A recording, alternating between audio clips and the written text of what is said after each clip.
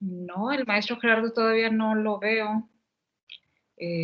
Pues a la hora que tú gustes, maestro, adelante, sí. Iniciamos. Sí, usted ¿Sí? decide. Adelante. Muy buenas tardes a todos. Vamos a iniciar. Adelante, maestro. Muy bien, vamos a darle, ahora sí que vamos a darle prisa porque tenemos muchísima información y esperemos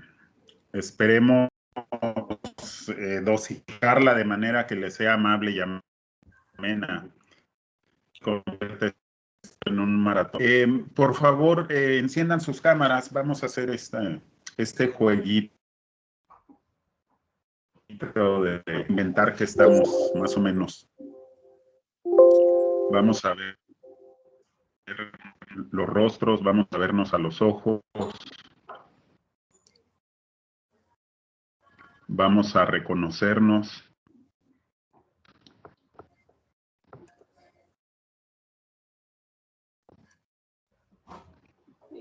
A ver si me veo.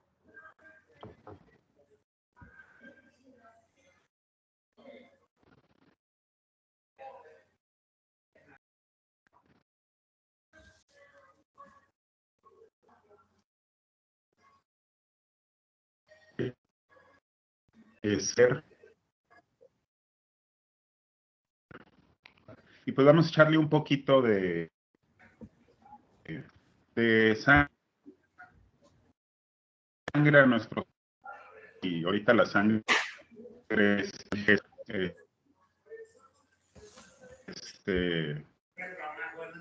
eso de un poquito de sueño, que dicen por ahí, poca sangre, ¿sí? Y vamos a hacer un jueguito. Recuerden, acudan al niño, a la niña que anda por ahí dentro de ustedes. No me gusta ya decir que fueron, porque ya la convocamos el día de ayer. Entonces, ustedes le hacen así, como si fueran un ¿qué? Alguien que me ayude con su audio. ¿Quién le hace así? Un gorila. Los gorilas, muy bien. Y cuando le hagamos así, vamos a decir bongo, bongo, bongo, bongo. Recuerden que utilizar la voz, no se peguen muy fuerte, se peguen muy fuerte. Recuerden que utilizar la voz y mover las dos extremidades nos permite hacer por ahí una gimnasia. El rey, ¿y por qué me puse las manos así? La corona. La corona de la tribu, y aquí miro a todos los cuadritos que se me permiten. Bongo, bongo, el rey de la tribu entera. Bongo, bongo, duerme sobre Ben. Bongo, bongo, ven. Ya no quedan reyes como tú. Y escogen a alguien aquí. Por ejemplo, escogí a Vir para decirle como tú. ¿Sí? Muy bien. ¿Se aprendieron la cancioncita? Algunas dos o compañeros o compañeras para que se oiga la canción cantada por varias. O varios. Bongo, bongo, el rey de la tribu entera. Bongo, bongo, duerme sobre una esfera. Bongo, bongo, ven, ya no quedan reyes como tú. tú. Y hoy la variedad la vamos a hacer con el, por ejemplo, la podemos cantar así. Bongo, bongo, el rey de la tribu entera. Bongo, bongo, duerme sobre una esfera. Ven, bongo, bongo, ya no quedan reyes como tú.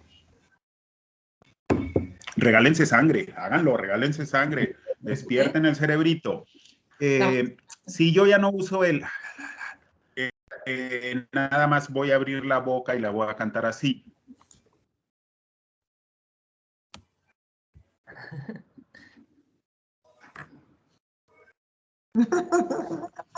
Eso. Que reyes como tú. Muy bien. Rían, sonrían. Y lo último es así.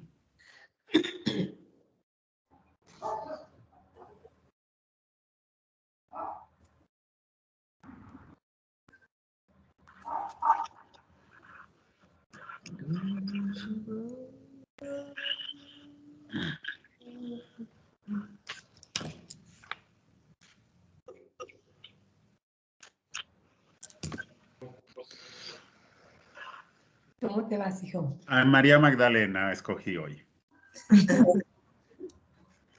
Y esto, si lo jugáramos a velocidad, sería más o menos así. Bongo, bongo, el rey de la tribu entera. Bongo, bongo, duerme sobre una esfera. Ven, bongo, bongo, ven.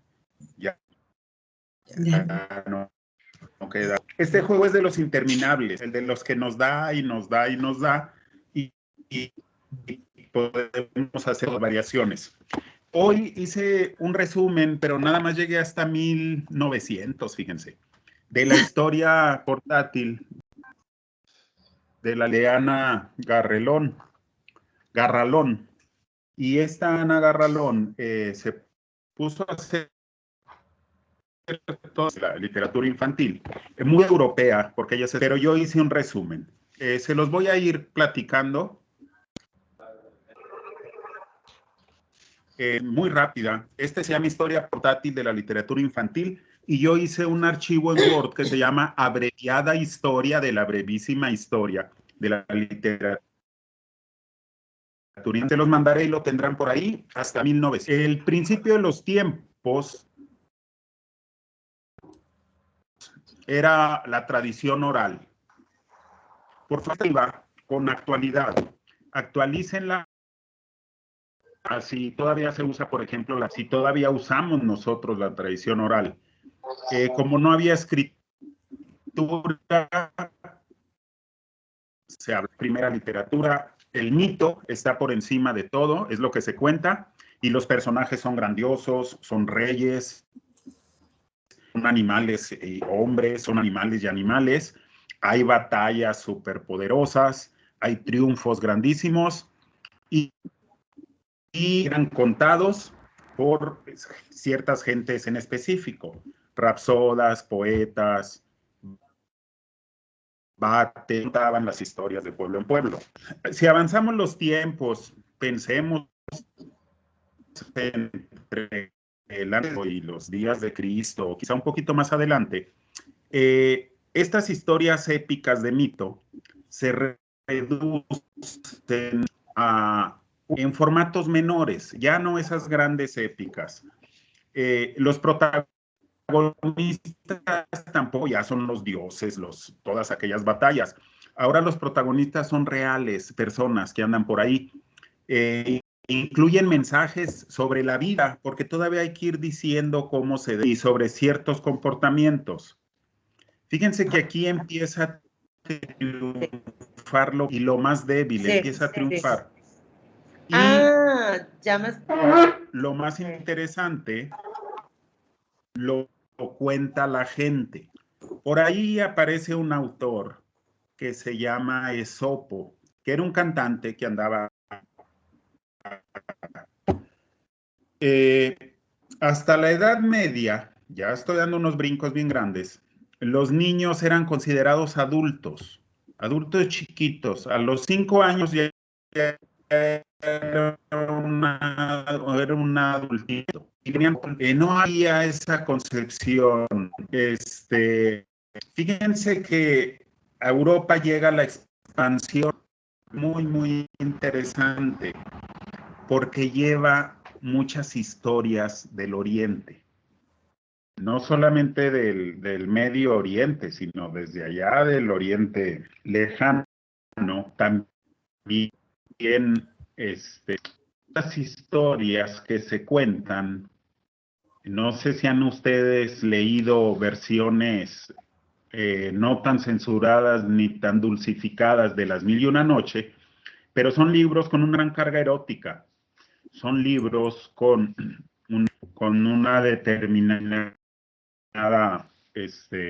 crueldad, digámoslo así. Yo me pregunto, ¿habrán sido para niños estos cuentos? Suponiendo. Bueno, como los niños no existían, se contaban a todo mundo, al que estuviera ahí.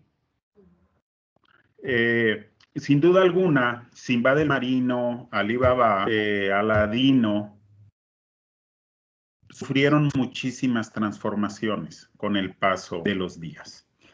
Luego llega la imprenta y se empiezan a hacer muchos libros, pero los niños tampoco tenían, estoy hablando más o menos de 1450, ya de un brinco totote, 1456. Los niños tampoco tenían acceso a los libros. Había niños en la nobleza. A eso sí les podían tener algunos libros, siempre y cuando los educaran como para ser príncipes, como para ser gobernantes. De ahí surge el cuento de las Mil y Una Noches, ¿no?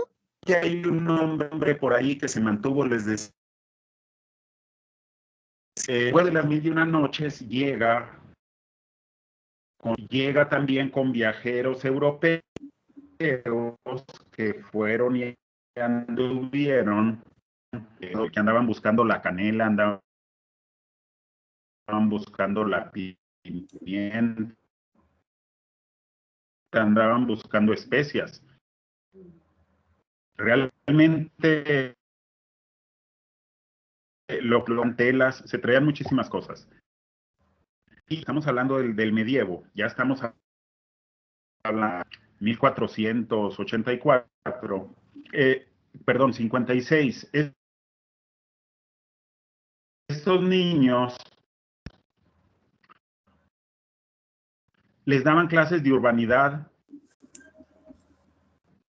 de política,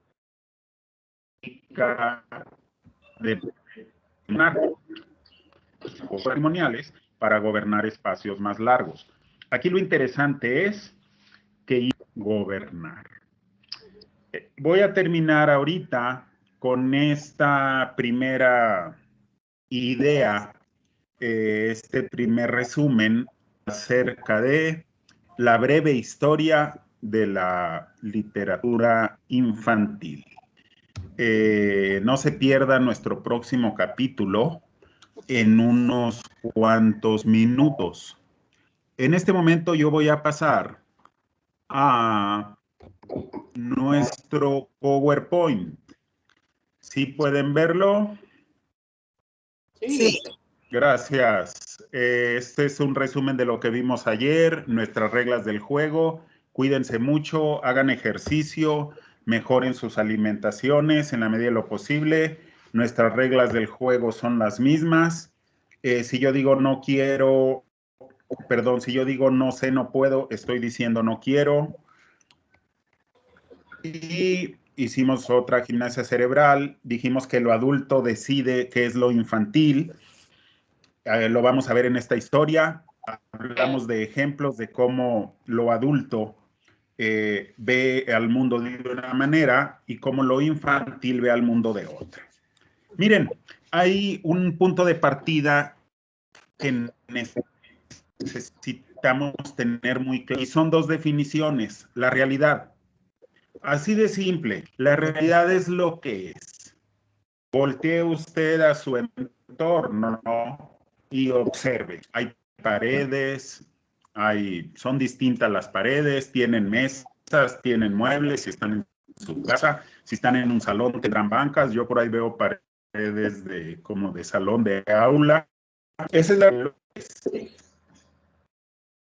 No nos metemos en mayores recovecos más que los que les dé su propia definición. Y la fantasía es lo que quiero que sea. Aquí es lo maravilloso de la fantasía.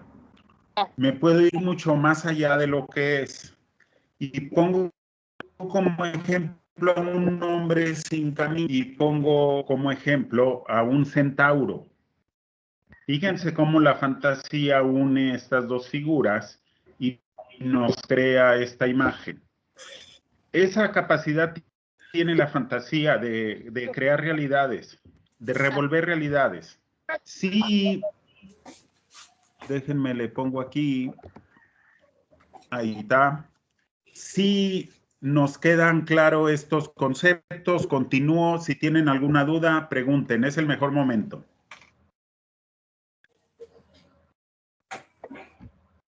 ¿Dudas? ¿Incomprensiones? No. Ok, avanzo. Imagen. Quiero tener muy claro esto antes de avanzar. La imagen se percibe con los 5 sentidos, aunque fuimos educados para fijarnos solamente en la vista y, por ejemplo, a las imágenes religiosas, sean de bulto o en cuadro, pues le llamamos imágenes. Cuando pensamos en la palabra imagen, solamente nos vamos a la vista, pero esta es una educación griega. Sin embargo, el oído tiene sus imágenes. El oído tiene sus imágenes. Yo por aquí tengo un perrito y ahorita era cuando debía de estar ladrando y no ladró, pero bueno, ladrar a un perro, esa es la imagen. El gusto tiene sus imágenes. Yo les dije que trajeran comidita. Si tienen por ahí comidita, coman. Yo tengo un panecito con miel de abeja. Y es una imagen, este panecito. Escuchen los ruidos de su casa y aunque no los vean, unos martilleos de los vecinos que están arreglando una casa y esos sonidos me dan la imagen de los albañiles. El olfato, huelan por favor. Aquí tengo yo un aceitito que huele a canela. Es muy, muy rico el olor de la canela. Me encanta el olor de la canela. Y el tacto, que aunque se representa con la mano, es el único sentido que podemos percibir con todo el cuerpo, incluso con extensiones de nuestro cuerpo. Con el pelo, por ejemplo, con las uñas, que son de cuando yo les diga, hagan una imagen, ya les estaré pidiendo imaginación. Y cuando yo les digo, perciban una imagen, entonces su cuerpo se pone alerta y empieza a escuchar, a ver, a gustar, a olfatear y a tocar. Les objetos de... Yo no sé si tienen por ahí objetos de tacto. Yo aquí tengo algunos. Por aquí hay un cuchillo. No lo voy a tocar del lado del filo porque ya sé que es peligroso. Tengo una gelatina que sabe muy rico aparte y su tacto es muy interesante. Huele la gelatina de un modo. Se ve de un modo, si la muevo como que baila. Entonces la imagen es algo que percibimos con los 5 sentidos. ¿Hacen alguna contradicción? No. Ninguna. Nada más. Imaginación. Los demás Dígame. escuchan, yo escucho entrecortado, ¿no? ¿Es mi máquina? ¿Ustedes sí escuchan bien? No, también se oye un poquito entrecortado. Debe ¿Me ser estoy escuchando cortado? Sí. Sí, también yo. Sí. Sí, yo también. Ok. Déjenme reviso. Quizá desconectando algunos aparatitos que tenga aquí, pueda darle mayor fidelidad. ¿Me sigo escuchando entrecortado? No. Se escucha bien. Ya está bien. Ok. Bueno, la imaginación es crear imágenes que no tenemos aquí. recordamos, pensamos, imaginamos y entonces creamos las imágenes. Esta definición, pensar con los sentidos, aquí me faltó una S, es muy interesante porque de eso se trata la lectura. Las letras, todas y cada una de las letras son conceptos. Y estos conceptos nos llevan a imágenes. Entonces, pensar con el olfato es maravilloso. Pensar con el tacto es maravilloso. Si una descripción en un libro nos plantea imágenes, no estoy hablando de imágenes visuales, estoy hablando de escritura. Por ejemplo, esa maravillosa descripción de los niños cruzando, metiéndose al ropero, pasando por las pieles, por su piel y llegando a un lugar frío y nevado. Si yo logro sentir en mi tacto las pieles, si yo logro sentir el frío, si yo logro ver lo oscuro de ese ropero, si yo logro ver esas montañas blancas y nevadas, entonces estoy pensando con mis sentidos y estoy haciendo lectura. Hasta aquí, no sé si esto se complique mucho.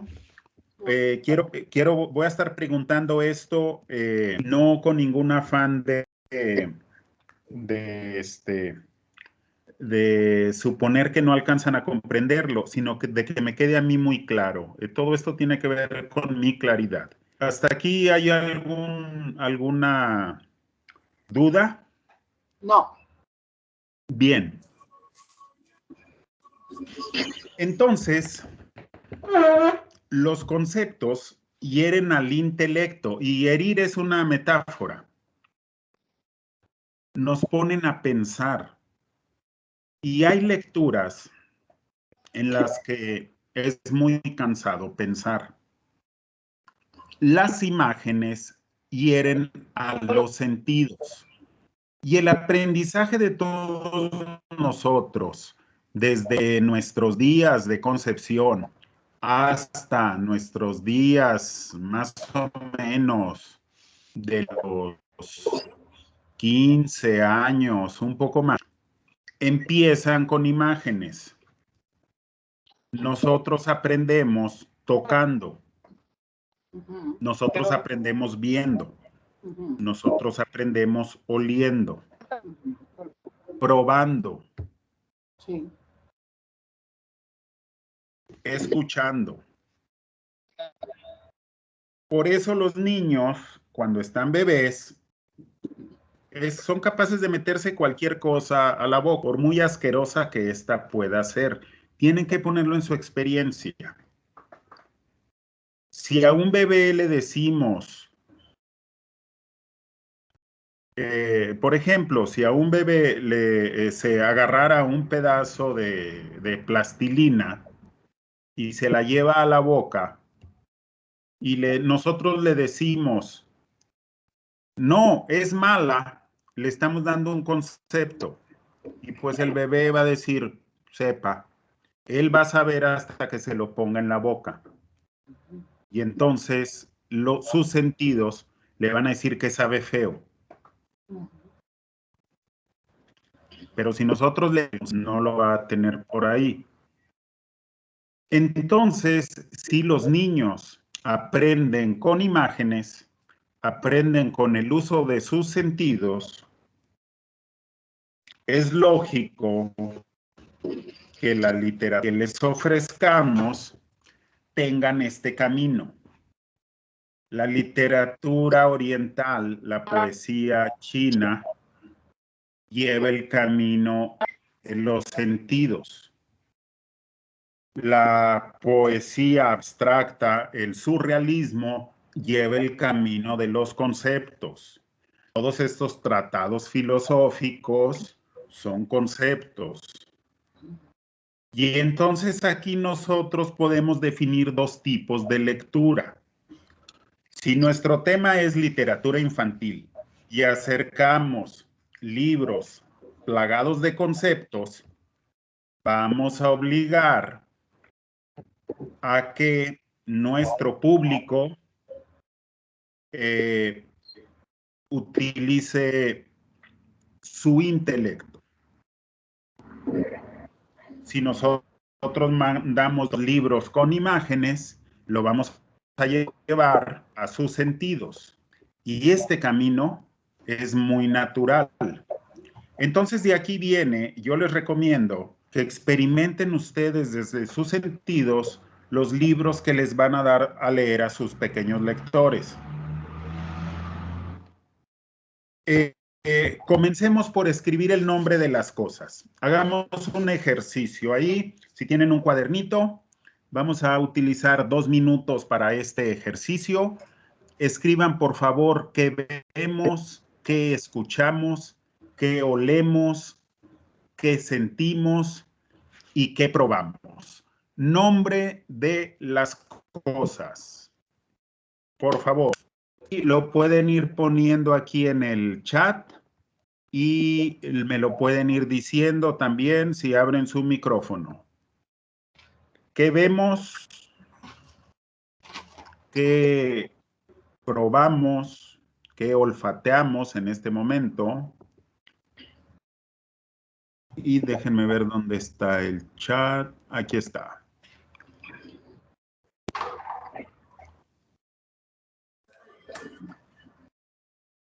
Ok, Sofía nos dice un bocado que había tomado con curiosidad y sentí como mis papilas estaban haciendo muecas como cuando se chupa un limón. Muy bien, esto quizá es una respuesta a una pregunta anterior. ¿Qué vemos? ¿Qué probamos? ¿Qué observamos? ¿Qué escuchamos?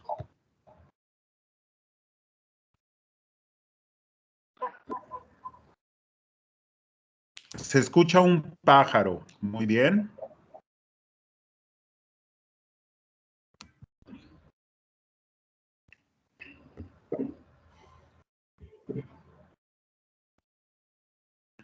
¿Algo más? Veo la laptop. Muy bien. Griselda Cifuentes, veo a mis peludos dormidos en el patio. Escucho el maullido de mi gato. Saboreo un mazapán. Ay, qué rico. El mazapán es mi favorito. Se escuchan carros que pasan. Veo un salón en espera de los alumnos. Pruebo un sorbo de café calientito con un aroma intenso. Se escucha música. El video que está viendo mi hijo en su celular. No te distraigas, Sofía, ¿eh? Aquí es la clase. Escucho perros. Escucho la computadora calentarse. Miren qué interesante. Como palomitas. Vemos el cielo por la ventana, olemos la comida, probamos dulces, el lápiz, escuchamos la conferencia. Y fíjense que se nos ha olvidado el sentido del tacto. Es uno de los sentidos que más olvidamos.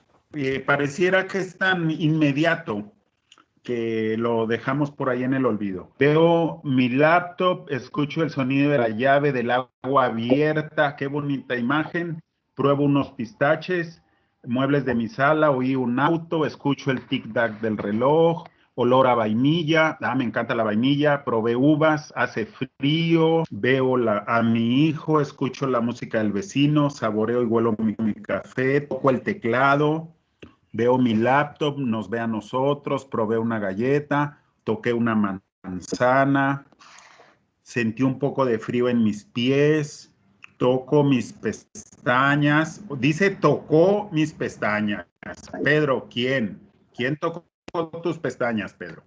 Si le quitas el asunto, dice toco, pero ahí nos estás diciendo que alguien más lo tocó.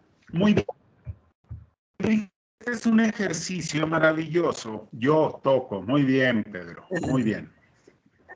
Importancia de un acento.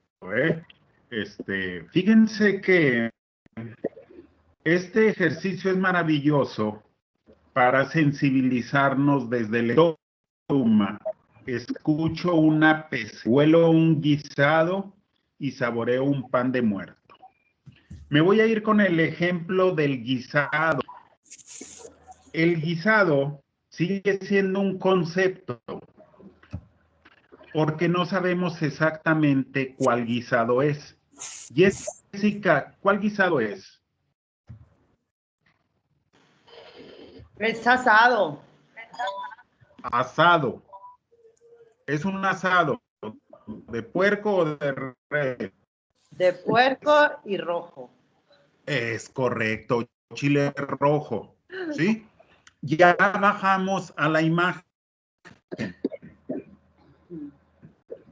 Y yo con imagen, tú con imagen porque estás ahí. ¿Sí?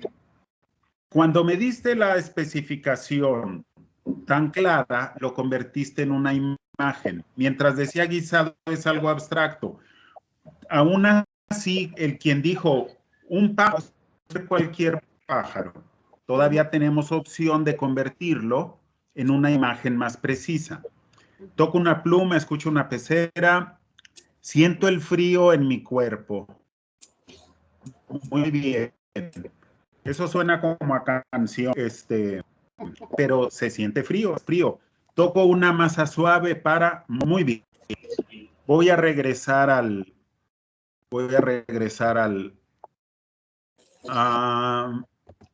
este punto. Y miren. Concepto. Si yo digo, vi algo horrible, ¿qué vi? Ayúdenme. Yo les platico. Vi algo horrible. ¿Qué fue lo que vi? Un fantasma. ¿Perdón? Un fantasma. Un fantasma. Es algo horrible, un fantasma. Muy bien. ¿Qué más vi? Un accidente. Un accidente. Un accidente. Una muerte. Dijo aquí volando. Ay, qué la muerte. El concepto horrible, al diablo. Ay, bárbaro. Sofía Isabel vio al diablo. Muy bien. Fíjense cómo el concepto horrible es un vaso vacío. Los conceptos son vasos vacíos. Y los llenamos de lo que sea. Los llenamos de diablos, de fantasmas. Veo a Calimán en tu playera. ¿Te parece horrible? Bueno, les dije que traería Calimán. Aquí está Calimán. Ahí está. Una rata. Cuando nosotros, Margarita ya está en el ejercicio anterior, cuando nosotros planteamos lecturas basadas en conceptos, el lector va a entender lo que le dé su gana. Y va a estar bien. No, hombre, es una lectura, hablan de cosas horribles y no dice más cosas, pues él va a poner sus horripilancias en la interpretación. Las imágenes no, las imágenes nos llevan a un punto maravilloso. Por ejemplo, yo vi algo horrible, que vi a un bebé masticando una navaja de afeitar. Se la puso así y lo le aplastó. Y veo que le hacen ustedes así. Cuando les platiqué la imagen, hicieron su rostro de dolor, de así, de no lo quiero, no lo acepto, porque la imagen hirió sus sentidos. Digo, no tienen la navaja, pero su mente las puso en funcionamiento, pensaron con sus sentidos. Entonces, encontrar lecturas llenas de imágenes, esto es una ganancia para nuestros lectores y ayudarles a decodificarlas y darles tiempo para que digieran las imágenes. Las imágenes son como comida, te la comes y necesitas un ratito para digerirla. Te sabe bien padre al principio, te puede asustar, te puede asombrar, te puede hacer llorar, pero luego la digieres y ¡pum! Es como ir a estos cines y ver películas de aventuras y salen tan rápido las escenas que sales como si te hubieran noqueado y conforme vas platicándola con quien fuiste al cine, empiezas a digerir tanta imagen. Más o menos esto necesita, la imagen necesita un tiempo de digestión. Fíjense ustedes que no es lo mismo decirle a un niño, a una niña, dibuja un círculo, que es un concepto, que decirle dibuja una pelota. Le va a ser más fácil dibujar la pelota que el círculo. Ese grado de comprensión se da en las lecturas. No es lo mismo decirle a un niño dibuja un triángulo que decirle dibuja una rebanada de pizza. Si yo les digo dibuja una figura antropomórfica, ve a ver lo que pasa por su mente en un te digo dibuja un monito, pues lo haces bien fácil. Y el monito es la figura antropo, hombre, morfos, forma. Figura en forma de hombre, un monito. Esta es la diferencia, mis queridos amigas y mis queridas amigas, entre proponerle conceptos y proponer lecturas llenas de imágenes. No es lo mismo leer conceptos que imágenes, sin duda alguna. ¿Hasta aquí tenemos una duda? ¿Algún comentario?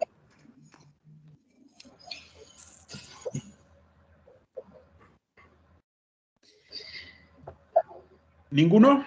Bueno, nada más de que cuando se va a enfrentar un niño o quizá un adolescente a un libro, preguntan cuántas páginas tienen, si traen monitos, ¿verdad? Porque les asusta encontrar solo letras. En cuanto saben que lleva imagen, como que se tranquilizan o sienten que van a poder acceder mejor a la lectura. Muy bien. Y es de gran ayuda ayudarles, valga la redundancia, a que ellos hagan la creación de sus imágenes, que ellos imaginen. Entonces, creo yo que la labor de nosotros como promotores de lectura es ser también impulsores de la imaginación, porque sin esta creación de imágenes siempre nos va a ganar lo oscuro del concepto, letra, palabra, la traducción esta de pasar los ojos por las manchas y convertirlas en algo, y no que sean sonidos que pasaron. ¿Sí? Sí. Es bien interesante cuando nosotros nos convertimos en ayudantes para que nuestros compañeritos, nuestras compañeritas, se conviertan en traductoras de imágenes y puedan crear su imagen. Y luego cuando vayan al cine a ver la Ilíada, digan, anda, ya ni la hacen en esa película, pusieron de Aquiles al Brad Pitt. ¡Qué fraude! Porque mi Brad Pitt era distinto, ¿no? Mi Brad Pitt tenía lentes, tenía barbitas y digo, mi Aquiles tenía barbitas como la del profe. Y así no la llevamos. Agamenón, el de Bellas Grebas, ese Agamenón que era de oro cuando se plantaba en las guerras y le pegaba el sol, pues en esa película pusieron un viejo gordo. ¿Por qué pusieron un viejo gordo? Porque necesitaban poner a Aquiles más bello que Agamenón. ¿Y cómo le hicieron? Pues Brad Pitt es bello, pero no alcanza. Vamos a ponerle feos junto a él para que se vea el más bello, ¿sí? Bueno, en el caso del cine, pues ellos hacen nuestra traducción de imágenes. Entonces, yo sé que esto es complejo, es para digerirse, para rumiarlo. Quizá en Navidad nos puedan caer ciertos 20, quizá más pronto, quizá cuando nos estemos enfrentando a nuestros niños, digamos, aquí es donde yo descubrí que él dio con una imagen. Y entonces se vuelve maravilloso todo este universo. Muy bien. De hecho, yo podría comentar también rápidamente, en las clases de uno, cuando hace las presentaciones y usa uno imágenes, puede uno darse cuenta que los estudiantes asimilan más fácilmente lo que uno quiere transmitirles. De eso me he dado cuenta también. Así es. Y solamente utilizamos imágenes visuales. ¿Qué sucede? Digamos, imágenes auditivas, imágenes olfativas, imágenes de gusto, imágenes táctiles. ¿Qué sucede si nos vamos más allá de la educación de los griegos, que luego nos la trajimos durante siglos y siglos, y le damos la misma importancia a la vista, pero emparejamos todos los demás sentidos. La comprensión, miren, hasta me pongo chinito, la comprensión del mundo se volvería maravillosa, ¿no? ¿Sí? Bien, hasta aquí, ¿cómo vamos? Bien. ¿Vamos bien? Sí. ¿Sí? Muy bien. Sí. Muy bien. Vamos a levantar las manos arriba. Manos arriba. Alcancen el techo. A los lados. Muy bien. Al frente. No van a tirar su compu, por favor. Abrácense. Ya saben qué se dice. Ay, te quiero mucho. Pueden darse así un cariñito. Manos otra vez aquí. Eso, aquí nos regaló Octavio un ejercicio, mano en el codo, vamos a echar para atrás.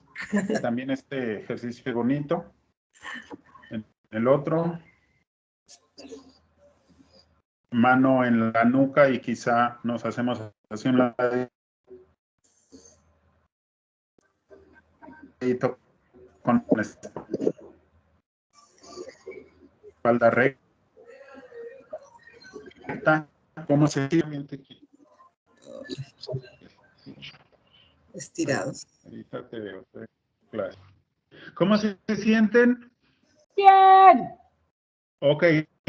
Les cargué el cerebro de imágenes, las hice trabajar mentalmente y el ejercicio físico nos compensa. Cuando estemos dando todas estas clases de libros o de cualquier cosa que sea y vemos que nuestro público empieza como que a marearse o a bostezar los niños son maravillosos porque se ponen inquietos y generan su propia lógica de descanso, hacen su desorden. Bueno, no están haciendo desorden, están descansando. Entonces, la actividad física descansa la actividad intelectual. Siempre hay un balance. 1484, un editor hizo las fábulas en libro. Y fíjense que se inventó unas hojas, que eran una sola hoja por un lado, donde contaba historias. Y estas hojas se llamaban horn books, como cuerno, primers, o se llamaban chapbook, libros baratos. Y contaba historias así que iba escuchando. Se vendían mucho. Era nada más una hojita, se intercambiaban entre la gente. Yo no sé si esos chapbooks que en el siglo XVII fueron famosísimos, cuando muchísima más gente leía, eran la versión que nos tocó a nosotros de Lágrimas, Risas y Amor, ¿se acuerdan? De Calimán, que aquí vino, de Rarotonga, los libros de vaqueros. Más o menos era el asunto. Las forraban con una lámina, las enmicaban para que duraran, pero lo que traían eran números y alfabetos y una historia contada rapidísima. Este señor le apostó a empezar a alfabetizar al mundo. Era como el alfabeto por ahí, de regalo una historietita eran muy baratos, traía un romance, una balada rapidita. Los educadores que estaban en las iglesias, que estaban en los castillos, dijeron, eso está prohibido. Eso es un pecado.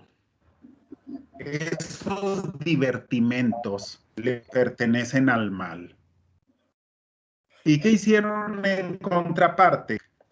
Empezaron a hacer lo mismo, pero con historias de santos. La historia de San fulano de tal, que hizo tal y tal y tal.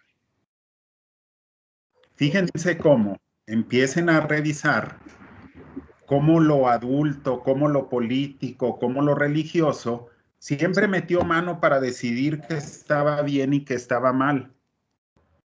1500. ¿Qué historias se contaban en Europa? Las historias nórdicas, llenas de aventuras, de fantasía, Thor, no nuestro Thor de las películas estas de Marvel, el Thor antiguo, el Thor viejo. Todas estas historias nórdicas.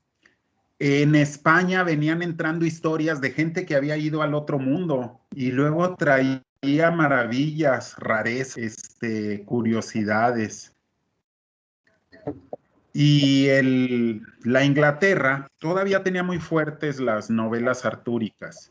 Este libro de caballería, aunque eran ya eran unas historias muy antiguas, todavía traían fuerza.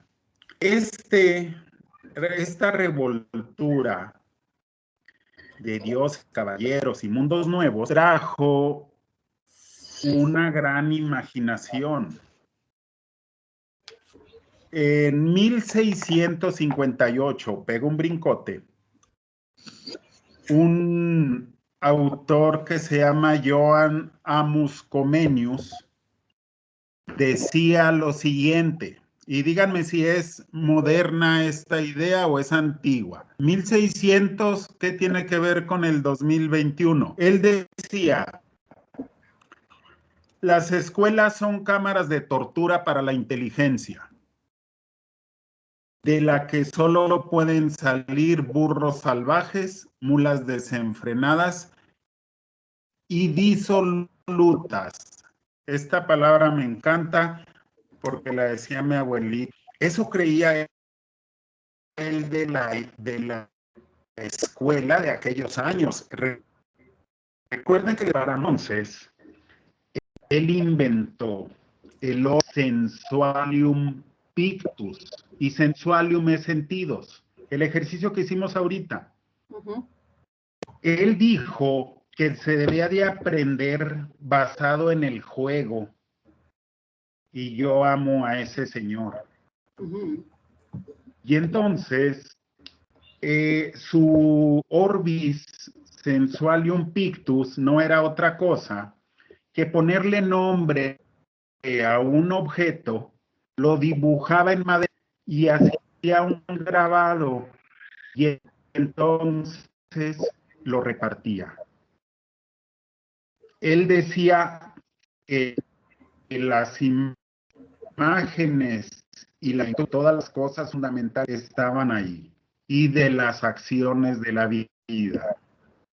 Sin querer, o con querer, estaba haciendo esas enciclopedias, la base de esas enciclopedias, que fueron tan usuales, tan caras, tan famosas en nuestras infancias de nuestros papás.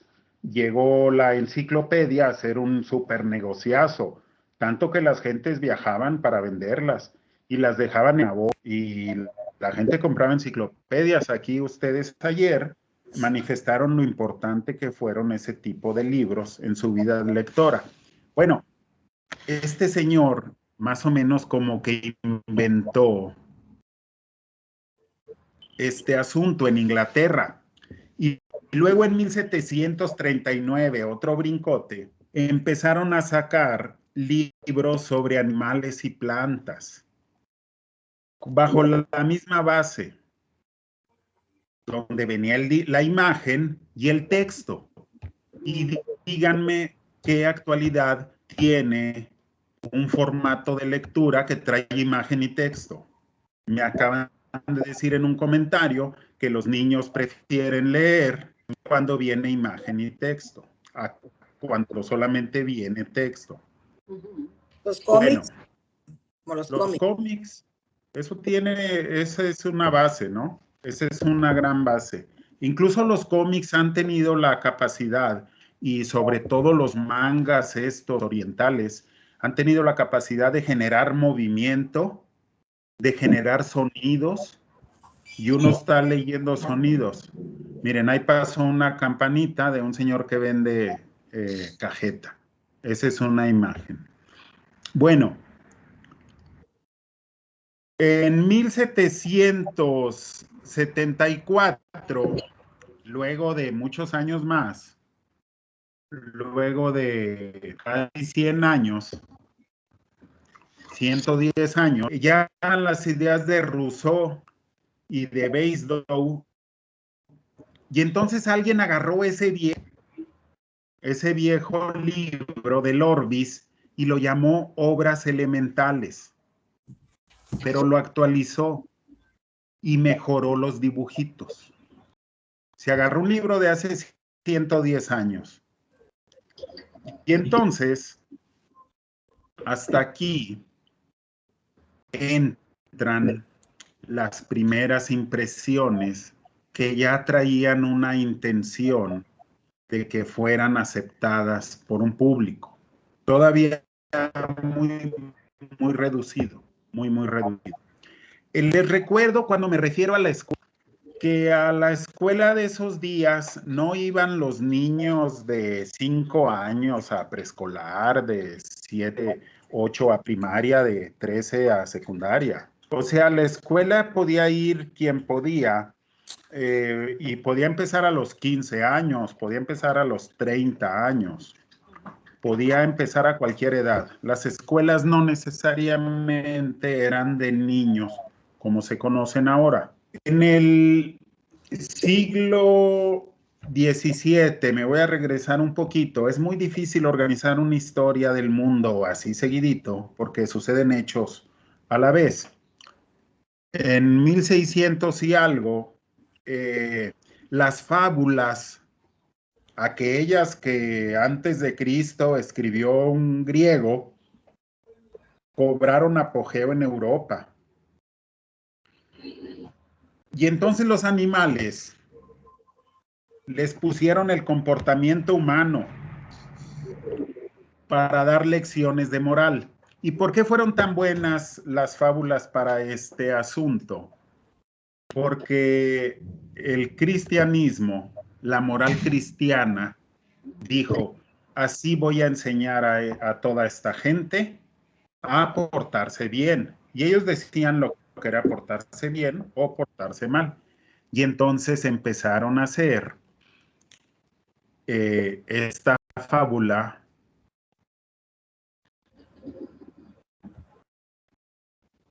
con lógicas dogmáticas. Y aquí es donde se le inventa la frase final, porque no bastaba la historia.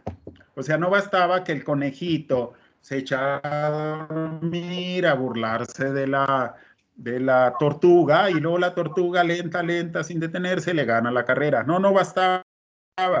Había que dejar al último la sentencia donde se le grabara al lector. Por flojo perdiste, los flojos están mal, al mundo de los flojos le pasa eso. Y aquí es donde ya entra una idea.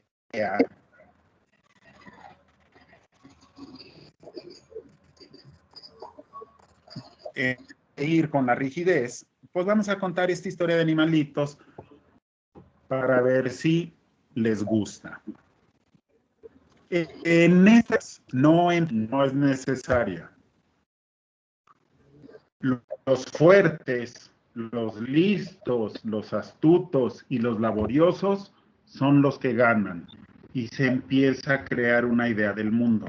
Hay que ser fuerte, hay que ser listo, hay que ser laborioso. Y piensen en las fábulas que nos llevan a eso. Hay que ser astuto. Audaz. Audaz. Por 1650, Jean de La Fontaine, que era un señor muy rico, que tenía todo, le dice, no, le habla el rey Luis XIV. Esto es maravilloso para la historia de la literatura infantil. Y le dice, oye, tengo que educar a mi delfín, a su hijo. Y él le dice, mira, voy a inventar algo. Y no inventó nada. Hizo fábulas al modo francés. Y entonces, él había andado por todo el mundo y él encontró esas fábulas por allá en donde andaba. Y también se encontró muchas historias del populacho, de las clases bajas. Y él, que hay que agradecerle, es que le puso calidad literaria a esas historias. Y es el que embellece el género. Las fábulas de La Fontaine contra las fábulas de Esopo son bellísimas.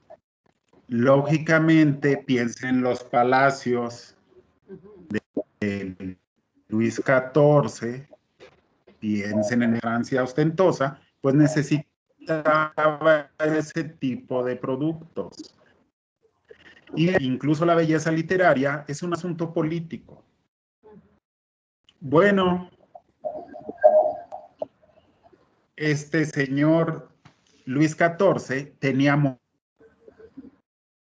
modo de tener imprentas. Y siempre, y Félix María Samaniego agarran las fábulas. Y fíjense que las fábulas de Samaniego se llaman fábulas morales. Seguimos con el mismo asunto de educar no solo la vida, sino de educar el espíritu, educar la moral. Me voy a regresar unos poquitos años, a 1690, 1695, y sale un autor que se llama Fenelón. Este Fenelón era un gran lector de lo griego, había traducido, y escribió algunas novelas que son a mayores, pero escribió 16 volúmenes de las aventuras de Telémaco, que vienen a ser como una continuación de aquella Ilíada y la Odisea, y entonces creó una super bronca, porque Luis XIV, ya mencionado, se sintió atacado. ¿Cómo es posible que en esta historia de Telémaco un hombre cualquiera se encuentra un niño que va a buscar a su papá, que es Ulises, y le enseña todo de la vida? ¿Cómo es posible que diga que ese que anda en la calle puede educar mejor que los dones de educación el rey para sus desfiles? Y entonces prohíbe la obra y manda al exilio involuntario a Fenelón. Aquí nace uno de los íconos de la literatura infantil, de los grandes temas de la literatura infantil. El hijo que busca a su padre. El niño héroe que es ayudado por un adulto. Y entonces la literatura infantil cobra, ¡pum!, una gran importancia. Piensen en la cantidad de libros que han leído y piensen en la cantidad de libros que han propuesto a sus públicos para que lean y piensen en la cantidad de libros que les faltan por leer que tratan el tema del hijo buscando a su padre. Piensen en la cantidad de casos de vida, vámonos a la realidad, lo que es hijos o hijas buscando a su padre, no a su madre, a su padre. Tema súper poderoso en términos literarios, y por eso él dijo que era un peligro, porque descarta y manda a la banca, por decirlo de algún modo, aquella gran educación hecha para unos pocos que en años más adelante van a ser gobernantes, en una educación de reyes y príncipes. Hasta aquí. ¿Tenemos duda? ¿Preguntas?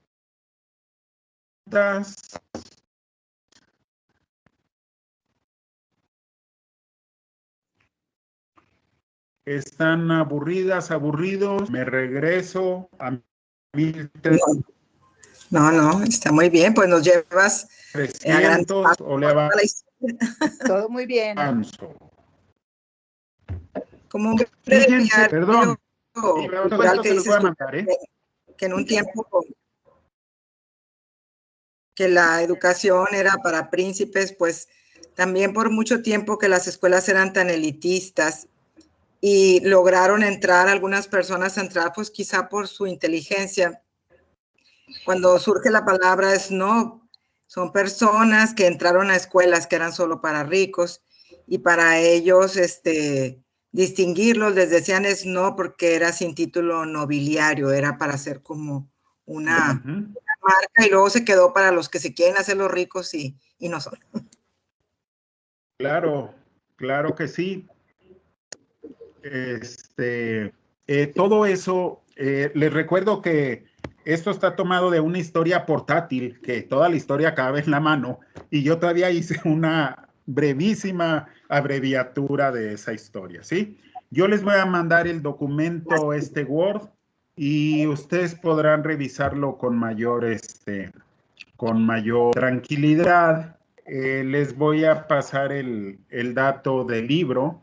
Y también yo les entregué en los documentos una breve historia de la literatura infantil en Latinoamérica. Ya metí mucho ese libro porque ya lo tienen. Por la naturaleza del autor, se va mucho a Europa.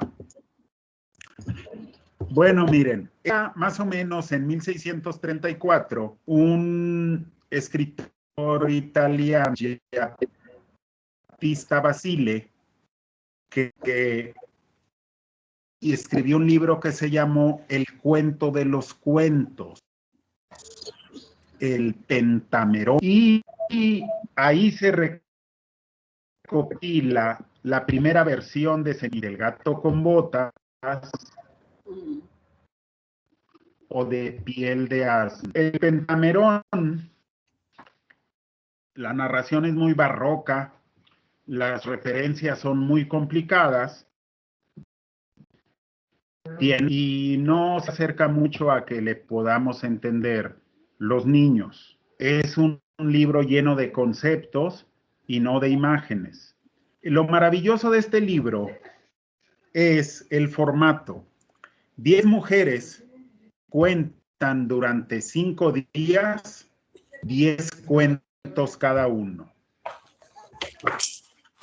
Y esto es un formato que se acerca a las 1001 noches. Este libro interminable, este cuento de nunca acabar, que se parece al Decamerón de Boccaccio, aquella historia muy antigua que obligó en el medievo a meterse a un grupo de hombres a un castillo porque afuera había una peste. Yo no sé si eso nos diga algo. Afuera andaba por ahí una peste, se metieron y se ponen a contar historias.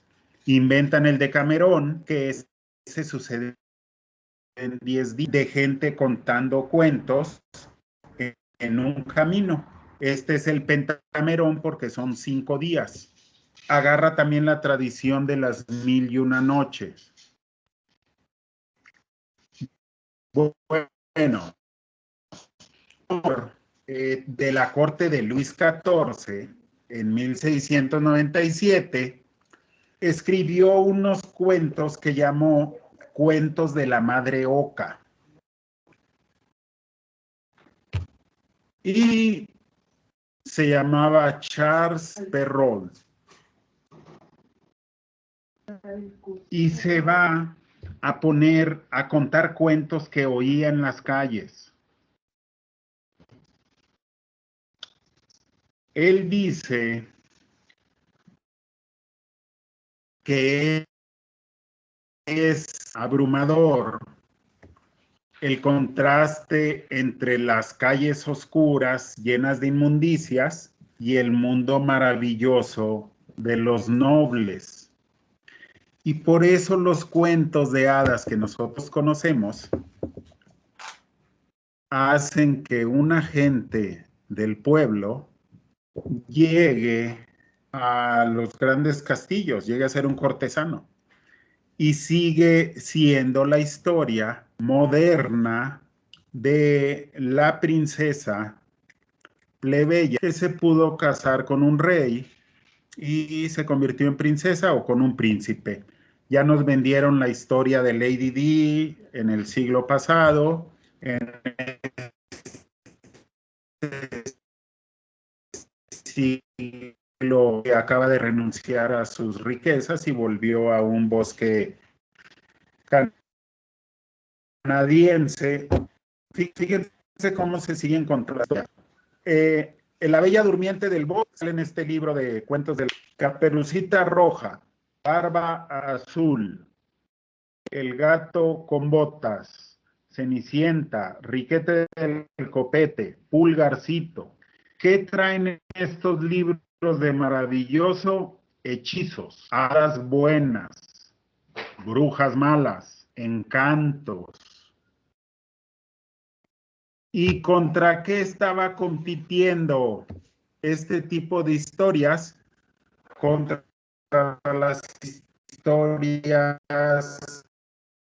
de todas estas historias que combatían moros todavía, todas estas historias de la gente que se iba al mundo aquel, esta tradición popular le gusta mucho a la gente. Aquí hay una pregunta interesante. Si a los niños de aquellos años no había preocupación por vestirlos como niños, ¿alguien se habrá preocupado por comprarles libros o tenerles libros para niños? Parece que no. Si bien estos libros los mandó a hacer Luis XIV para educar, en sus escuelas iban mujeres a la cual sus esposos de la corte las mandaban a estudiar todo lo que... Y de este grupo de mujeres salió una generación de cuentistas maravillosas, las de las medias. Hasta aquí voy a hacer una pausa. Pausa. Estamos viendo la literatura.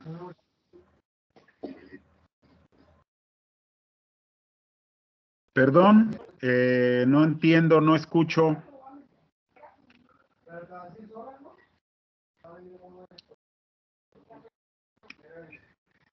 Lo último que nos comentó, no sé si está cortado. Ok. Lo último que les comenté fue que estas escuelas de la corte de Luis Carlos no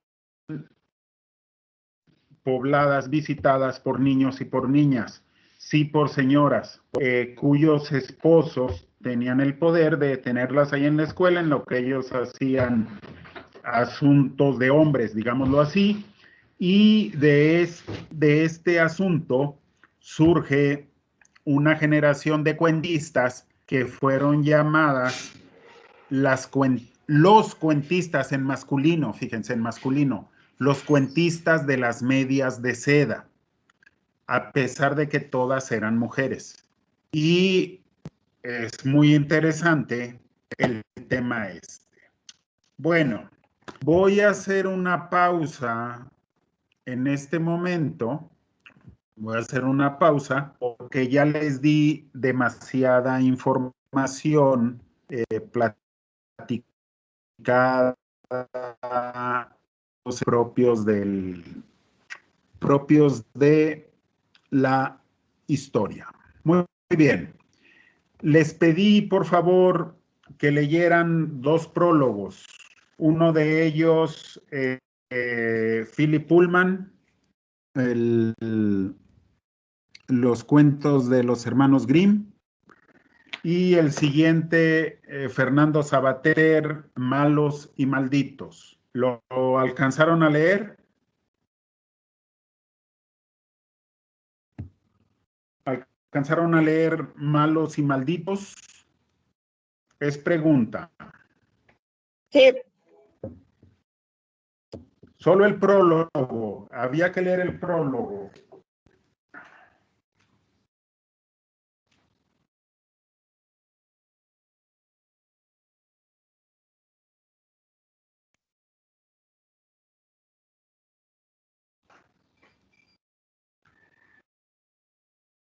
Muy bien, perdón, fui por unos ayudantes. Miren, el libro de Fernando Sabater tiene una clave maravillosa que si la comprendemos, vamos a poder enseñar con mucha facilidad la literatura a quienes están iniciando. Y este es el concepto del bien y del mal. Ahorita que avance en la historia de la literatura infantil, vamos a ver que aparecen estos conceptos. Fernando Sabater dice que las historias en las que hay buenos son tan apetitosas como comerse una hamburguesa de cartón sin papas fritas. Así de sabrosas son. Una historia en la que solamente existe lo bueno y la cantidad de autores modernos de nuestros días que le han apostado a hacer historias en las que todo es bueno. Más adelante veremos una idea de la infancia idealizada. Y Fernando Sabater dice que el bueno es un personaje que pudiendo hacer el mal, decide hacer el bien. Así de sencillo. Este compa puede ser muy malo, pero él decide ser bueno. Y él dice, lo que les digo, que una historia de buenos sabe igual que una hamburguesa de cartón. Y él dice que hay malos. Estos malos, pudiendo ser buenos, eligen ser malos. Tienen la opción de ser buenos y malos, pero eligen ser malos. Dice que de estos, sin embargo, están los malditos. Los malditos son todos aquellos buenos que quieren hacer el bien, pero llega el mal y los obliga a hacer mal. Este quiere hacer el bien, pero llega el mal y los obliga a hacer el mal. Es maravillosa esta idea. Y el malo de malos por excelencia, perdón, de malditos, puede ser Frankenstein. Este monstruo que tiene una gran bondad, pero lo obligan a hacer el mal, porque confunden su fealdad con que es malo. Él era feo, no era malo, era feo. Y entonces era tan feo que creían que era malo. Lo golpeaban y entonces él se vuelve malo. De hecho, en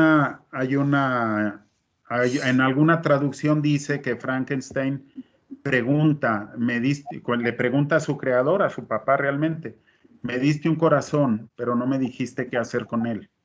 En una de esas frases románticas que finalmente del romanticismo alemán e inglés. Y esta noción organiza una comprensión de la literatura que puedan leer nuestros alumnos. Hay buenos que eligen ser buenos, pueden elegir el mal, pero eligen ser buenos. Hay malos que pueden elegir el bien, pero eligen ser malos. Y hay malditos que quieren hacer el bien y el mal los lleva, alguien los lleva a ser malos. Dice que de estos hay muchísimos, casi todos. Y todo el libro, si lo van a leer ustedes, se trata de que va viendo sus malos favoritos. Malditos encuentra muy pocos. Perdón, malditos encuentra muy pocos. Y dice, para no confundirnos, que también están los antagonistas, que no necesariamente son buenos ni malos, simplemente son antagonistas. Y pone el ejemplo de un que va en el mar y está hambriento. Y dice que va una persona nadando en el mar. Comer. Y el nadador no es bueno por estar en donde anda un tiburón hambriento. Simplemente se convierten en antagonistas porque este se lo va a querer comer, este va a querer evitar que se lo coman y va a generar una batalla por ahí. Entonces, así es como Fernando Savater nos organiza buenos, malos, malditos. Si nosotros tenemos la costumbre de escribir historias, no era sencillo llevar el camino de nuestros personajes bajo bajo estos conceptos. Será muy complicado que digamos, no sé qué sigue. Al igual, María Eugenia dice, los malditos son los que pudiendo ser buenos, la sociedad los hace ser malditos, sí. Malos, malditos y adversarios son personajes importantes, sin los cuales no habría cuento ni moraleja, ¿sí? Aquí me están ayudando a mayor información que se me puede ir pasando.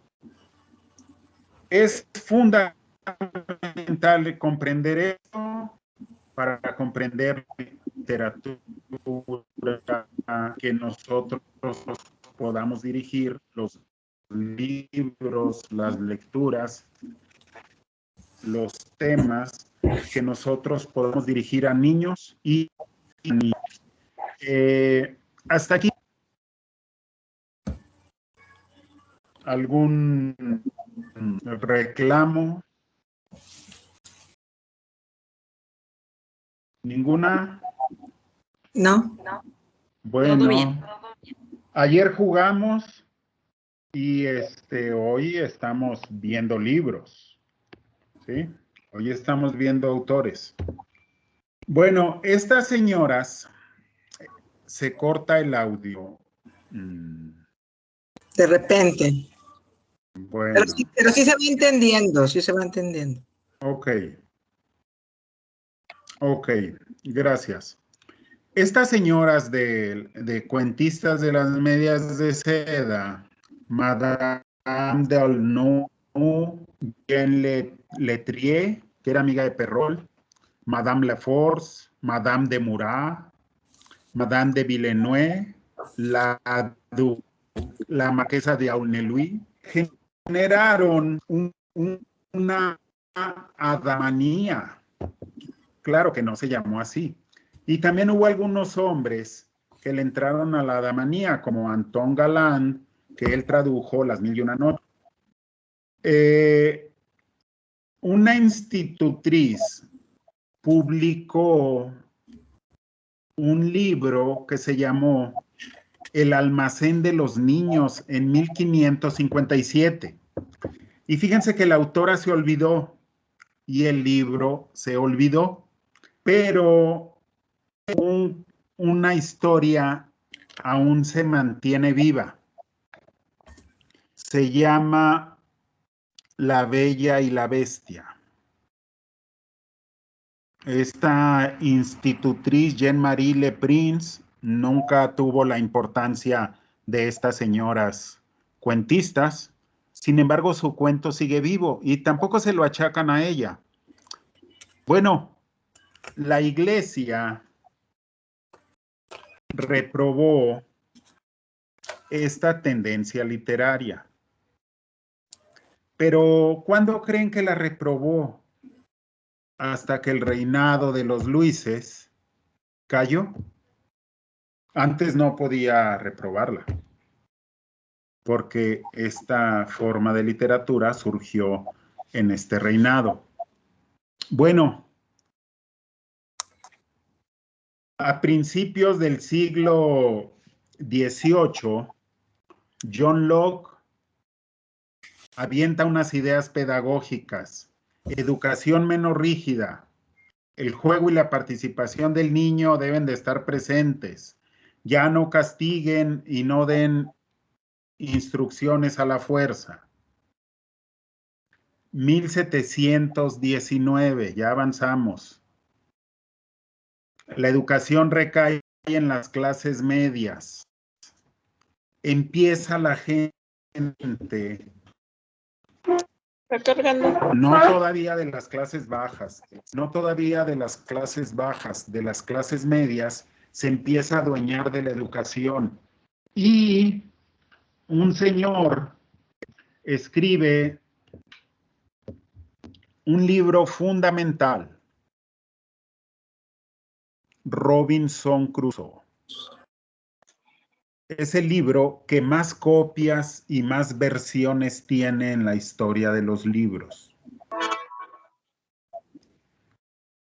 El libro trae muchos errores narrativos. Se lo encargaron y le dijeron, 2 meses no lo entregas. Pero este libro se trata de una persona sin poderes, común, que logra vencer las adversidades. Y no solo eso, las adversidades lo transforman y lo convierten en otro. Esa es la base de todas las historias que se cuentan ahora. Las historias en las que el personaje no tiene una evolución, parece que no tienen chiste. Robinson Crusoe inaugura a otro tipo de sociedad, una sociedad que no tenía poder, pero que lo va a obtener y va a cambiar. La burguesía, previo al capitalismo, ya no viene por mandato, ya no viene por herencia, ya no viene por divinidad el ser poderosos. Ahora tú puedes ser poderoso. Unos años después de eso, como 10, 15 años, viene Jonathan Swift y él se burla lo cortesano, que ya venía cayendo. Es como que y entonces él decía que las historias de hadas que tanto gustaban en las cosas eran contadas por la sirvienta y eran historias escalofriantes y tontas. Y entonces este señor inventa una noción de la que está llena la literatura moderna, el mundo del revés. Yo no sé si el mundo del revés les diga algo en todos los libros que ponemos a disposición de nuestros lectores. Bueno, los niños de cualquier época son inteligentes, están vivos, tienen intuiciones. Cuando escucharon estas historias imaginativas, se volcaron sobre ellas. Caballos que hablan, hombres gigantescos en tierras de enanos, viajes que te llevan a mundos maravillosos donde todo es al revés.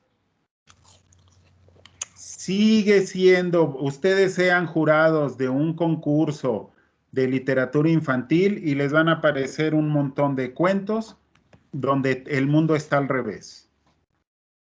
El mundo está lleno de historias así. Rousseau, 50 años después, es bien importante Rousseau, todos los que han estudiado alguna escuela en educación, se los han machacado mucho a este señor. Él dijo que odiaba los libros que no enseñan y que se dedican a hablar de lo que no se sabe. Y entonces Rousseau escribió un libro que se llamó Emilio, el Tratado, en el que se educa a un muchacho de la época. Es un super libro tote. Y agarra a Emilio de ejemplo para educar a todos los muchachos. Bueno, él dice que cuando Emilio tenga 12 años va a empezar a leer un libro. Ahí está en el libro. Nada más para que vean en qué noción. Permítanme. Voy a hacer una pausa.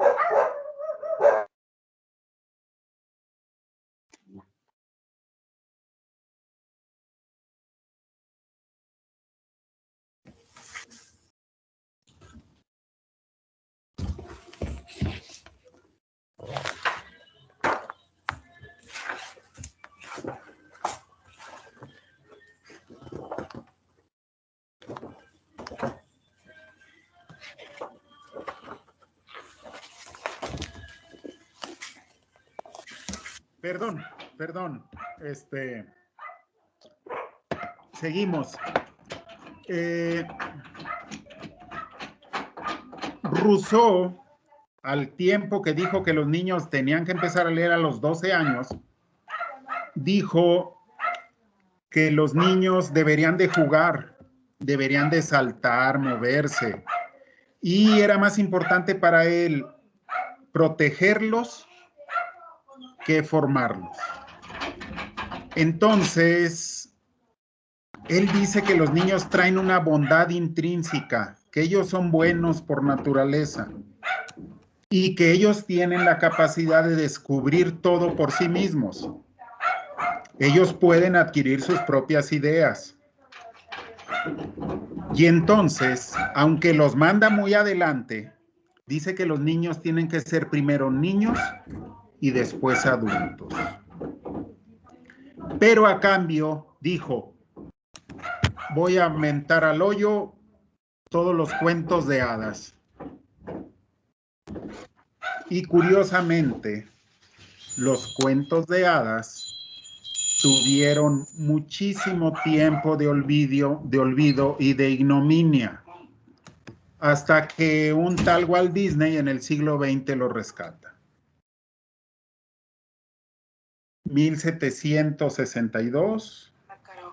Oye, se me olvidó comentarte que habló la maestra Alicia, que le había prestado Vero la copiadora y que se la dejaron resguardada en el aula activa 2, que mañana le va a decir al profe que se la regrese. Por una parte es eso, y por otra parte me dijo Ruth que mañana me venía temprano, mañana llego como a las 11. Me dijo, pues obviamente si yo no estoy cuidado, hay un micrófono abierto. Sí. Mañana, ¿sí? Hay un micrófono abierto, tiene el micrófono abierto. Muy bien. Los perritos y esta fotocopiadora son un intermedio que nos mandó. Son imágenes. Nos mandó alguien para que imaginarnos qué perrito es. Ya callen a el sentido del oído. Bueno, las fábulas, como traían una bendición religiosa, aguantaron un poco más. Fernández de Lizardi, siguiendo allá en 1800, escribió El Periquillo Sarmiento. Esta idea de agarrar a un niño y educarlo y educar. Hace 20 años se repartían periquillos sarmientos a los niños, hace 15 años de todas las para educarlos como si fueran niños de 1820, ¿no? Alguien creyó que era padre darles el periquillo sarmiento a los niños para que se... me voy a regresar unos años a 1775, porque es importante, miren, alguien hace un libro en Alemania que se llama El Kinderfreund, y entonces publica libritos muy baratos y le pone poemas, historias morales y religiosas.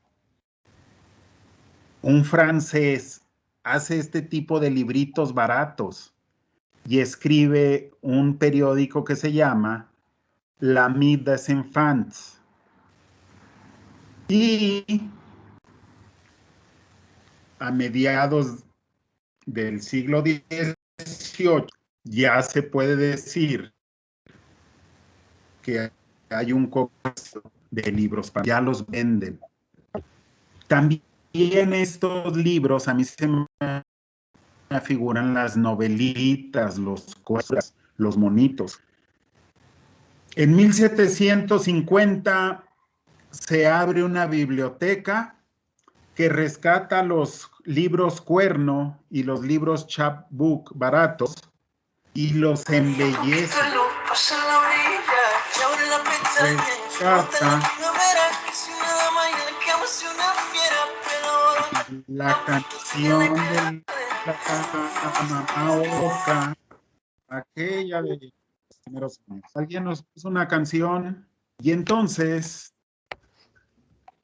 este señor dijo, no voy a publicar porque quiero proteger a los jóvenes de los peligros que los amenazan con esa literatura. Y vean cómo se sigue repitiendo estos asuntos de que los adultos deciden qué tienen que leer los niños y qué no. Da vuelta el mundo y sigue siendo lo mismo. Damos vuelta, damos vuelta, damos vuelta. Alguien llega el romanticismo maravilloso, ya hablamos de Frankenstein, y el romanticismo trae cambios en temas. Se avientan a los cuentos populares, retoman la fantasía, meten cantos y meten rimas. Ayer hablamos de lo importante que son los cantos y las rimas. Y ellos creen que los niños son el estado puro del alma, que es lo angelical. Y ahora es un concepto que parece que va en contra de los niños modernos. Creer que los niños son angelitos, hay por ahí varias ideas modernas. Bueno, fíjense ustedes que hay unos señores que escriben un manuscrito que en una ciudad que se llama Olenberg. Y estos señores son los hermanos Grimm. Pusieron el lenguaje más sencillo posible, como para que lo comprendieran los iletrados. Y entonces, Hansel y Gretel,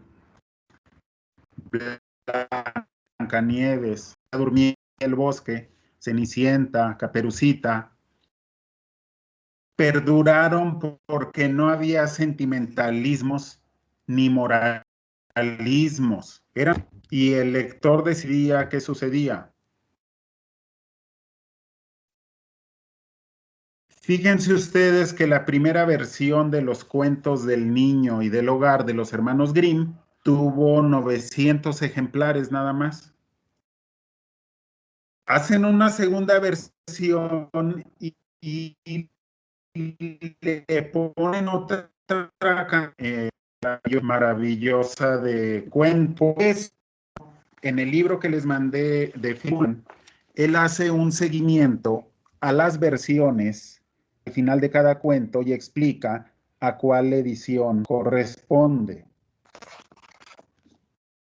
¿Qué sucede cuando los personajes principales de los cuentos son reyes y príncipes?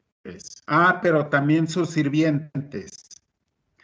Pero también honrados artesanos, pescadores, molineros, carboneros, pastores, señoras, y todos puestos en la naturaleza. Así vivía la gente. La gente se empieza a reconocer ahí. Aparece uno de mis autores favoritos en los mismos años, 1819, 1821. E.T.A. por Ernesto Teodoro Amadeus, de apellido Hoffmann. Él tiene uno de los cuentos más maravillosos sobre vampiros, que se llama Vampirismo. Es romántico.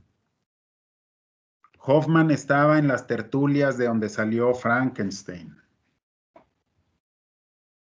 Fíjense que Hoffmann puso en los cuentos el elemento sobrenatural. Y puede ser que a este señor le debamos las leyendas de terror tal y como las contamos, de La Llorona, todas estas. En 2006 le dio a los alumnos de sexto grado de tratamiento Felipe Garrido, excepto nuestro Felipe Garrido que nos hizo este curso, él hizo esa versión del Periquillo Sarmiento. Es correcto. Y tiempo atrás era una lectura obligada en ciertos grados escolares de primaria y secundaria. Muy bien.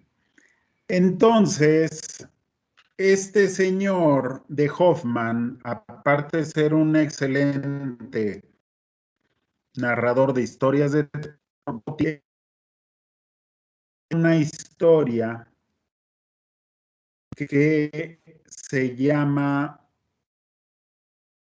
El cascanueces y el rey de los ratones, que es una historia que se mantiene y curiosamente es muy famosa, no por la literatura, sino por la danza.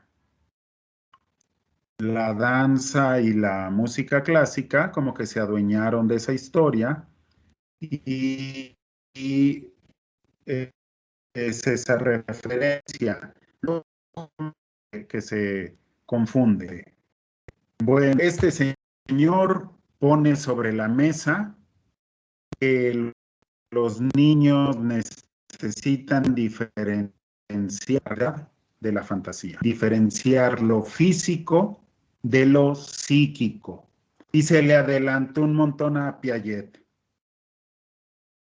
Él ya ponía estos asuntos.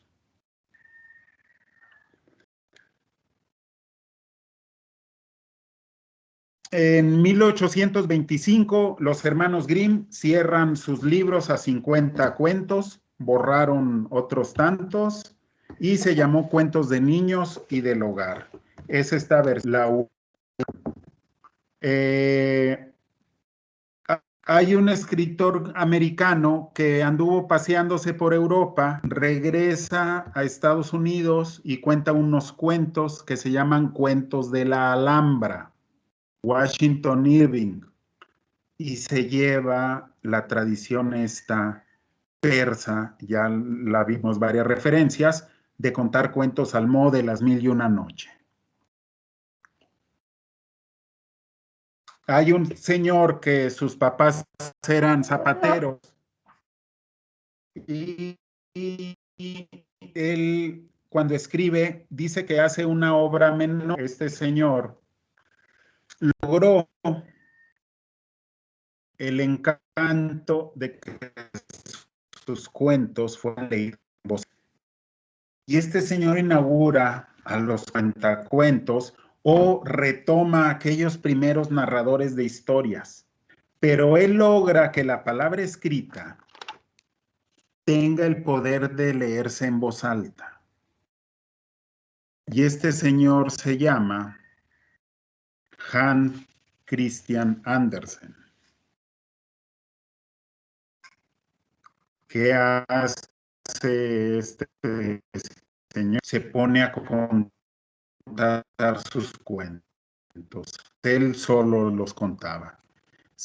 De lo que nosotros conocemos como cuentacuentos, que ahora ya no, ya les llaman narrador oral escénico. Bueno, él tiene este poder. Y regala un tema que luego se volvió maravilloso y terrible. Él dice que el patetismo también está presente, el dolor también está presente en estas historias. Y fíjense que en la servilleta, en el soldadito de plata, es posible alcanzar la felicidad.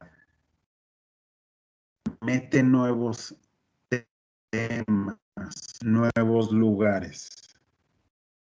Charles Dickens, con Oliver Twist, inventa esta idea de que el niño es bueno, el niño es desgraciado y necesita compasión. ¿Y cuántas historias hay de niños que viven en la tragedia, que viven pasivos con esos niños? Se viene también una ola maravillosa de esto y el niño desgraciado que necesita compasión. Hay en Inglaterra un inglés, Edward Lear, que inventó, se dicen los europeos, que él inventó el género infantil, inglés cuando menos. Escribió unos poemitas que se llaman limericks, que si vieron Harry Potter, por allí aparecen todos estos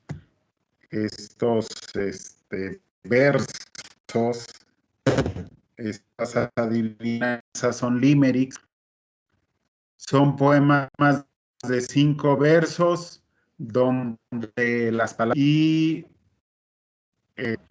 él modifica porque ya no le da rigor al lenguaje, le quita la seriedad de la razón y entonces hace caprichos verbales, inventa palabras, inventa sonidos.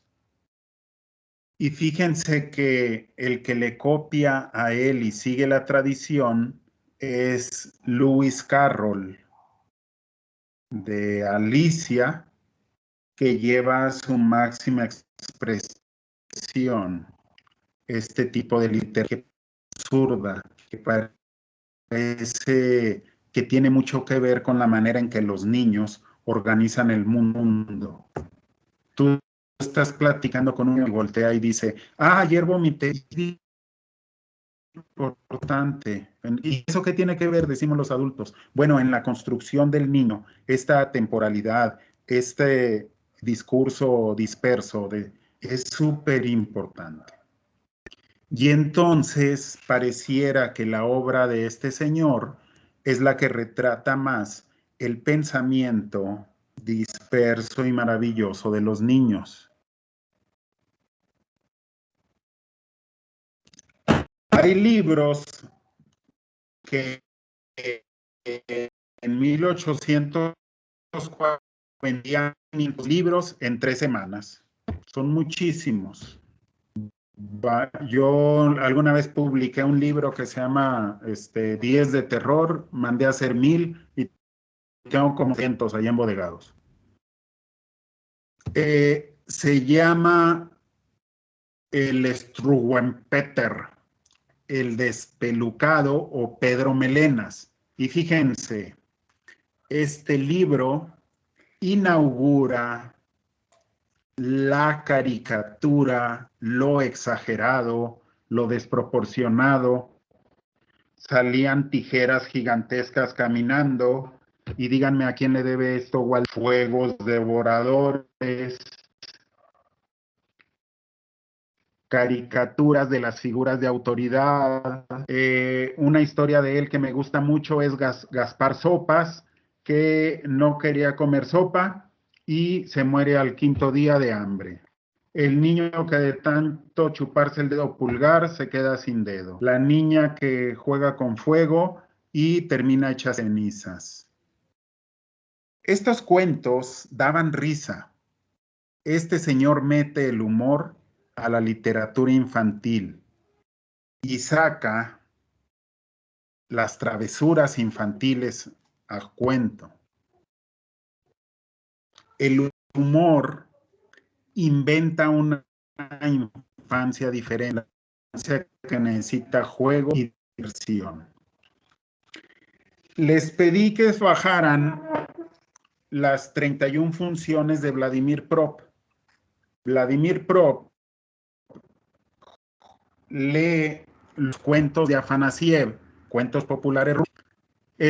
Afanasiev organizó en bloques de cuentos costumbristas y cuentos de hadas y rescató, se anduvo por toda Rusia, todas esas estepas, buscando cuentos. Vladimir Prop estudió a Afanasiev y dijo que 31 cosas se repetían en todos los cuentos. Dijo porque en todos los cuentos había uno de los personajes se mueve de su lugar a otro. Dijo que había prohibiciones. Por favor, te vas a casa de la abuela, pero te vas por el camino o por el corto, no por el largo, como ustedes quieran. Y a esa prohibición viene una transgresión. Se va por el camino que estaba prohibido. No toques la rueca, que es una aguja, y van y tocan la rueca. Y así junta 31 cosas, Vladimir Pro. Cuando las vamos estudiando, nos damos cuenta que todos los cuentos y ahorita todas las películas que hace el cine llevan este principio. Casi estoy seguro que los escritores de guiones tienen las 31 funciones pegadas en una pared y dicen, ahora vamos a meter un combate. Ahora vamos a meter una boda. Necesitamos que el malo le haga un interrogatorio al bueno. Sí, en este momento. Oye, pero el bueno no se lo quiere decir. Pues bueno, que se lo diga a pesar de eso. Necesitamos que el malo se disfrace. Necesitamos que el bueno llegue disfrazado porque no lo tienen que reconocer. Necesitamos que haya un combate. ¿Qué te parece si sacamos un objeto mágico? Sí, pero para obtenerlo tiene que cumplir tiene que hacer una prueba. Vamos a descubrir que el que venía disfrazado era el bueno. Y así las 31 funciones de Vladimir Pro nos van a ayudar, les van a ayudar. Hagan de cuenta que cuando ustedes tienen las 31 funciones y agarran una lotería mexicana y escojan 3 personajes de la lotería y lo dan al azar a sus alumnos y le dan 5 funciones al azar. Y entonces tú la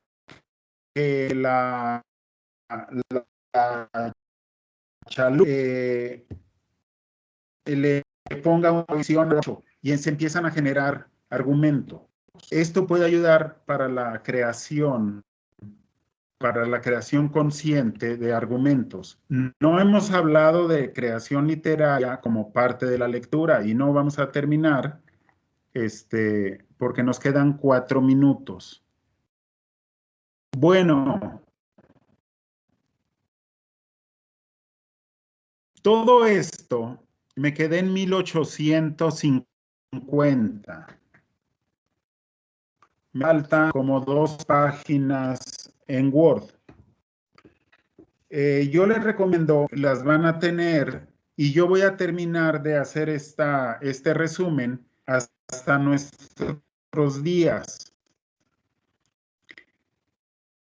Se lo voy a hacer llegar el completo al frente de alguna clase. Yo sigo tomando con ustedes algunas y compartiendo. El día de ayer yo les comenté que el taller se construye, que uno prepara cosas y se modifican. Yo le agradezco muchísimo a Gerardo Segura su comentario relacionado con nos puso a jugar, nos puso a ser niños. Creíamos que nos iba a hablar de libros. Bueno, yo pude equilibrar en una sesión que ustedes fueran niños y pude equilibrar en otra sesión el tema literario. Me parece importante la historia. ¿Por qué? Porque lo que pasó hace 500 años es lo que pasa hoy. Idéntico. Cambian circunstancias, pero nos venimos repitiendo. Somos cíclicos. Nos venimos modificando. Seguimos enamorados de las mismas historias. Seguimos enamorando con las mismas historias. Yo espero que sea más importante la lista de lecturas que hicieron ustedes ayer que la lista de lecturas que yo les di ahorita en un afán muy pomposo de hacerme sentir el que sí sé del tema. Yo estoy muy, muy agradecido con ustedes, estoy muy agradecido con la Universidad Autónoma de Coahuila, con Gera, que me hayan invitado, todo el apoyo que me dieron. Me pusieron en un punto de volver a reconstruirme. Tenía muchísimos conocimientos y muchísimos libros embodegados y tuve que sacarlos a cuenta de y hay más de 50,000 millones de libros de los que pude haber comentado. Les agradezco. Si hay algún comentario en buen tiempo de escucharlo, o si pueden ponerlo aquí en la conversación por escrito.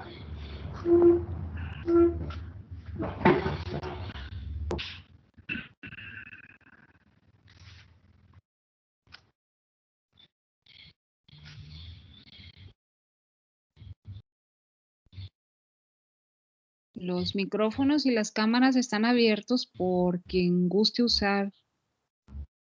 abrir su micrófono y ¿Alguien las cámaras. dijo yo? Yo. Muchas gracias, maestro. Gracias. Hay Muchas tres gracias. versiones, María Guadalupe. Gracias. Una es falsa, una aburrida y otra perversa. ¿Cuál quieres saber? Una falsa, una aburrida y una perversa. ¿Cuál quieres saber, María Guadalupe? Gracias, Dora. Gracias, Ana Cecilia. José Agustín. Mira, tienes nombre de escritor. Muchas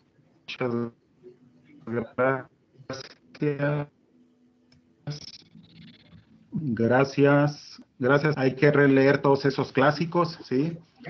Y hay que releerlos como si estuviéramos o se escribían para niños monigotes. Gracias, Virginia. Gracias, Marta.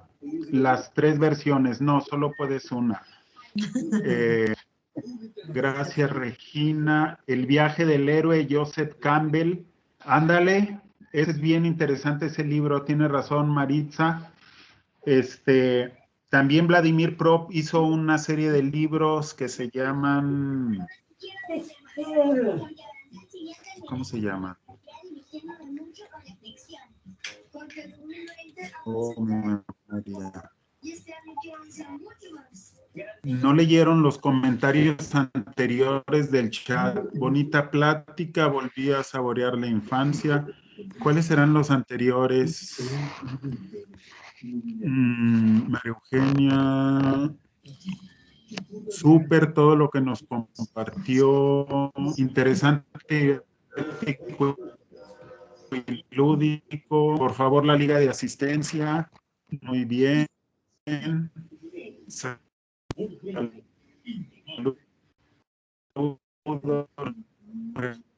Qué bueno, Jessica, que viajaste en este viaje por la imaginación. No pierdas, si rescataste algo de tu infancia, no la pierdas.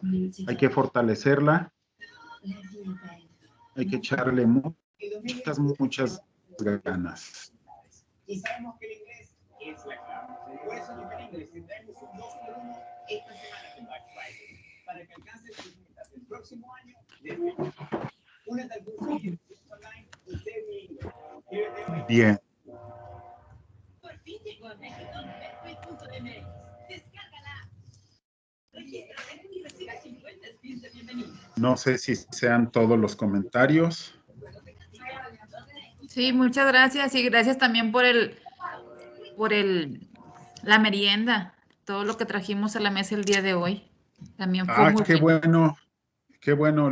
Yo les agradezco que se hayan tratado muy bien, porque ahora sí que, como decía alguno de los que dijimos, la educación entra cuando es amable, ¿no? Muy bien. Cuando nos tratamos bien nosotros mismos. Muchísimas gracias. Muchas gracias.